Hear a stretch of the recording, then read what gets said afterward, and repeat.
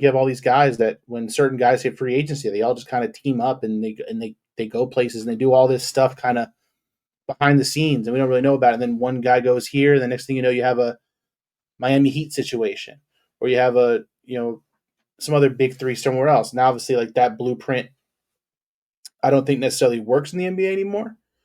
But if you can land a big star that makes people want to come to your franchise, I mean, aside whatever Dallas, however they felt about Luka, like I feel like a lot of people would want to play with him. I think he makes anyone he plays with better.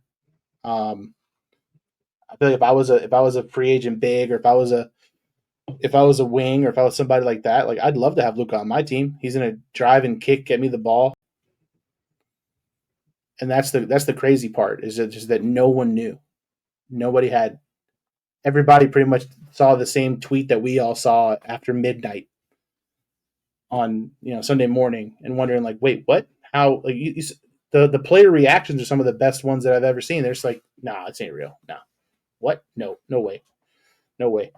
But here we are. I mean, I think the we might. I mean, this could be like the end of like Supermax contracts. I feel like the Supermax for most teams doesn't end as good as it starts anyways. I think a lot of these guys end up getting Supermax deals, and then they sign these massive. We saw what happened with Minnesota. It happened in Minnesota. They had three guys on like huge contracts, and then you gotta move Towns.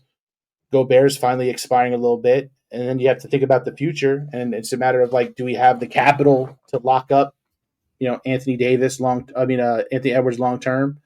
Someone like you have an up and coming guy like a Jaden McDaniels. Like you want to keep this guy around, so you have to invest in the franchise. And if these supermax deals aren't going to allow you the cap or the space to bring other people to make your team better, like what's the point?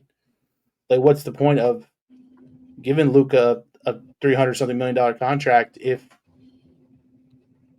this is who you are for the next 5 years? You know what I mean? Like you have to be able to get better at some point. Now they were in the NBA Finals last year, so I don't think they're in any kind of rebuilding situation. But you do have Kyrie Irving, who's aging, so it's like, what do you do with Kyrie?